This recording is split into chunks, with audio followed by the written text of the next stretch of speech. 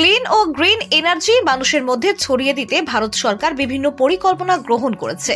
এই পরিকল্পনার অঙ্গ হিসেবে ওএনজিসি ত্রিপুরা অ্যাসেট কর্তৃপক্ষ সক্ষম নামে একটি কর্মসূচি গ্রহণ করেছে। শুক্রবার ওএনজির অ্যাসেট কনফারেন্স হলে এই কর্মসূচির আনুষ্ঠানিক উদ্বোধন হয়। অনুষ্ঠানে উপস্থিত ছিলেন ওএনজিসি অ্যাসেট ম্যানেজার, রাজ্য সরকারের শিল্প ও বাণিজ্য দপ্তরের অধিকর্তা সহ অন্যান্যরা। এই প্রসঙ্গে রাজ্য সরকারের আধিকারিক জানান, কার্বন নিঃসরণ হ্রাস করা এবং গ্রিন হাউস গ্যাস নির্গমন বন্ধ করে পরিবেশকে দূষণ হাত থেকে রক্ষা করাই এই কর্মসূচির মূল লক্ষ্য।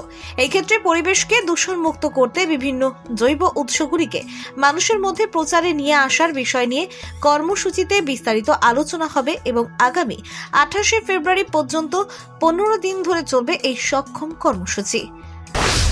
Saksham 2025 is an initiative by Government of India to reduce the use of fossil oil for better use and to go for alternative energy, মানে যেটা ক্লিন এবং গ্রিন এনার্জি যেটা আছে সেটাকে আরও বেশি করে কীভাবে মানুষের মধ্যে প্রচার আনা যায়, এবং একটা লক্ষ্য নিয়ে আমরা এগোচ্ছি যাতে বাই 2046 এটা ইন্ডিয়ান অয়েলের আমাদের রিপ্রেজেন্টেটিভ বললেন যে কার্বন এমিশনলেস ইন্ডিয়া করা, এবং বাই 2070 একদম জিরো এমিশন, মানে যেটাতে অনেক ফসিল ফুয়েল যেটার থেকে অনেক কিছু গ্রিন হাউস গ্যাসগুলি যেটা এমিশন হয় এটাতে অনেক ধরনের হেলথ হ্যাজার্ড হচ্ছে, এনভায়রনমেন্টাল পলিউশন হচ্ছে, এবং এটার একটা লিমিটেড সোর্স আছে। তো এইটাকে সবটাকে একটা বেটার ইউজ করে এই লিমিটেড সোর্স আছে যেহেতু লিমিটেড, এবং আমাদের যে অল্টারনেটিভ সোর্সগুলি আছে সেটাকে আরও বেটার করে মানুষের কাছে জনপ্রিয় করে তোলার জন্যই আজকের এই প্রোগ্রাম।